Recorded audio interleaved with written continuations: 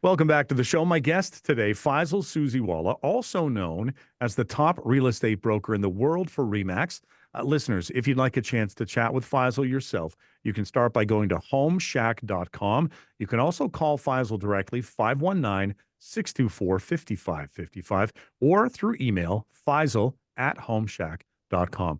In the pre-show notes that you had sent over, Faisal, you had sent some interesting statistics when it comes to canceled listings. And I hadn't really given this much thought beforehand, but I'm guessing you think about everything from inviting people to your house. Well, 10% don't show up for the wedding or whatever it happens to be.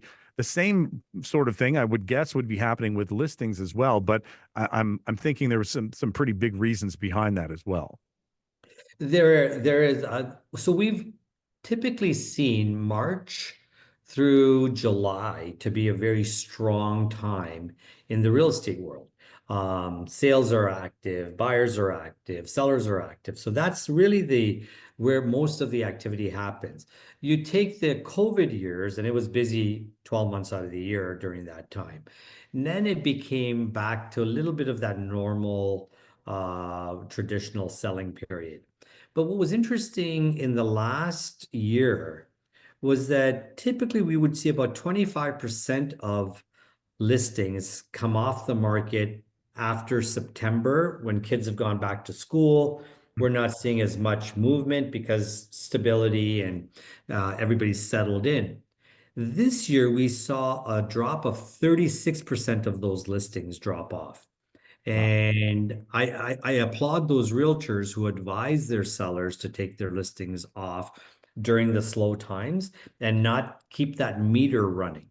Because often in real estate, there are two questions that are prominent. How much is this property? And the second question is, how long has this property been on the market? If that days on market starts exceeding 60, 90, 120 days, there's no hope that you're going to get anywhere near what you're asking, because the length of time that your home has been on the market now is going to have a negative impact on the selling price. And it's always interesting when a seller says to me, I'm in no rush to sell the property. I can take 6 months. Believe me, at 179 days, you are in a rush, and you're going to get punished fiercely for not being able to sell the property in a short period of time. So we're seeing the listings come off because it's a thoughtful process to say, let's take it off when it's slow. Let's resume when the market is there. And of course, October, we had an interest rate cut. December, we had an interest rate cut. And we actually saw activity increase in November and December. Right. A little blip there. And now, coming into late January, we're going to see all of that inventory that came out in September is going to start hitting the market again. So from a buyer's perspective, great. From a seller's perspective, also good, because with the hope and expectation that the Bank of Canada on January 29th will reduce the rate by 0.25%, that will put a little bit of a surge into the market again. Now, if they pause, I don't think it's going to be a negative impact on the market. It just won't give us that lift that we were expecting.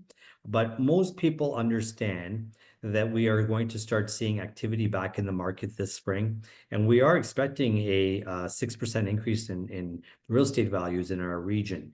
So good on those who took their homes off the market, good on the realtors who advise their sellers to take their homes on the market. I think it's a pause, but it's going to come back on the market as a relist strategy, and we're going to Right. see a lot of that traction again. And I was gonna ask about that. How often do you see someone they cancel the listing and then they sit and they wait and they relist? And I mean, it might even be as far as, for people on your street. It was like, oh, there was a for sale sign there the longest time. Now it's been gone, and another one's there now. Is that a strategy that seems to get some traction? It really does, because excuse me, the sign becomes part of the landscape after a while. Yeah. So you need a refresh on that. And typically 30 to 60 days off the market is a good way of refreshing that property. And you're going to get a new audience, because those who were eager to buy 60 days ago, chances are have already bought. So let's reintroduce your home to a new buyer who has not been in the marketplace for the last 60 days or 30 days. So it'll come across more as a fresh listing. So it's definitely a good strategy to implement if you're not getting activity now. And then revisit the marketing plan. Make sure that the realtor is doing what they're supposed to be doing, engaging with a big network of other realtors, marketing your home outside of your local, not just sticking it on MLS and hoping it sells, actually going out there and promoting it through social media networks, through Google, through other boards that are surrounding where commuters are coming into our region. So there has to be a holistic marketing plan behind a relist as well, not just a continuation of the same old cut and paste strategy, because that does not work. Good advice and good information for us to know when we're looking at what we need to be doing at different times.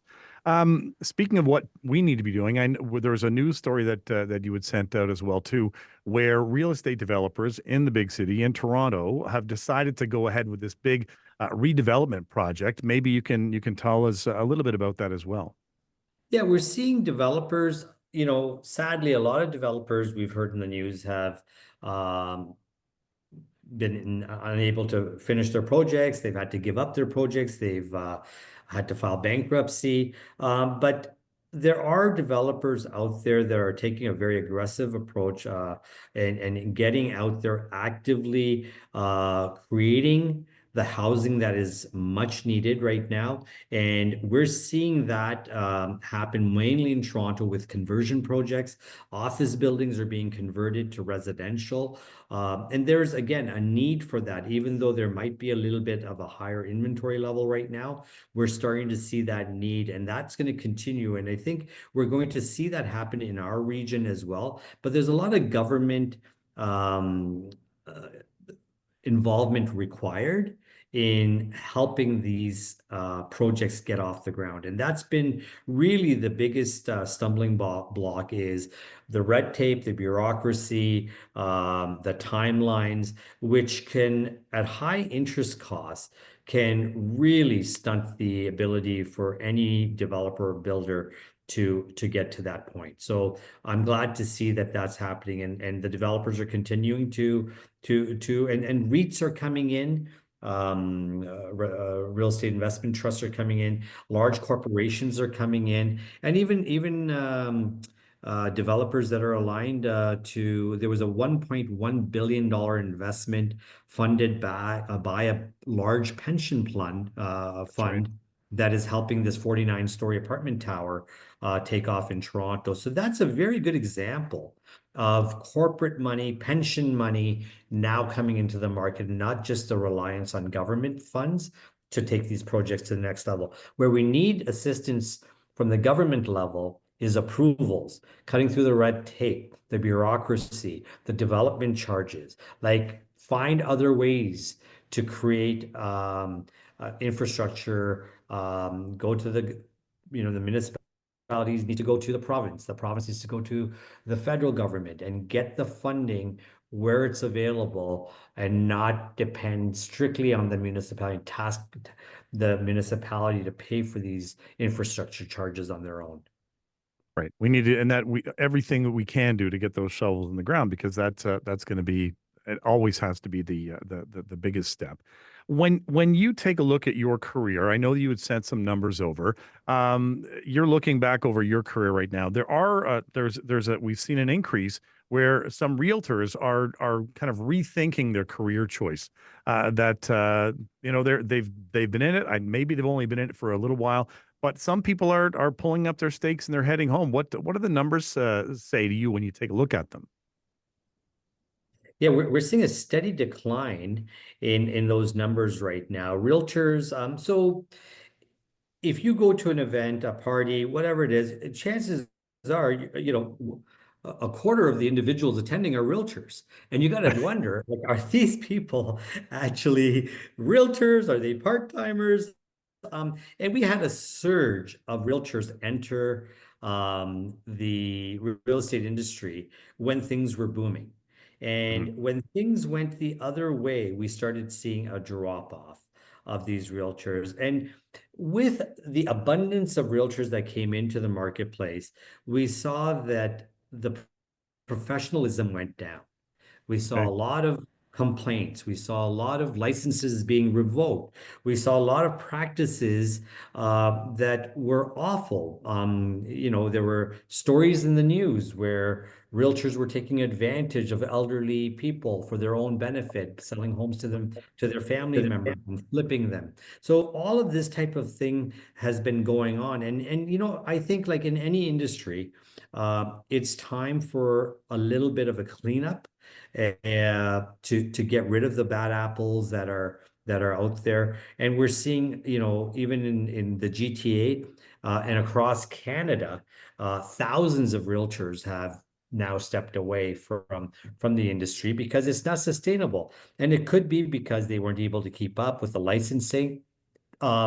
With technology, it can be daunting at times, and that keeps people away as well. But we're seeing a lot of agents. But what I do find is the agents that are consistent, that are doing the right things, are still in the industry, and they are gaining that market share because there isn't that cherry picking of somebody gets in the business, takes a few deals, gets out of the business. So that has started to go away. And especially in tough times, we find that people want to deal with people that are in their communities, are working in their communities, and can give the best possible advice to them.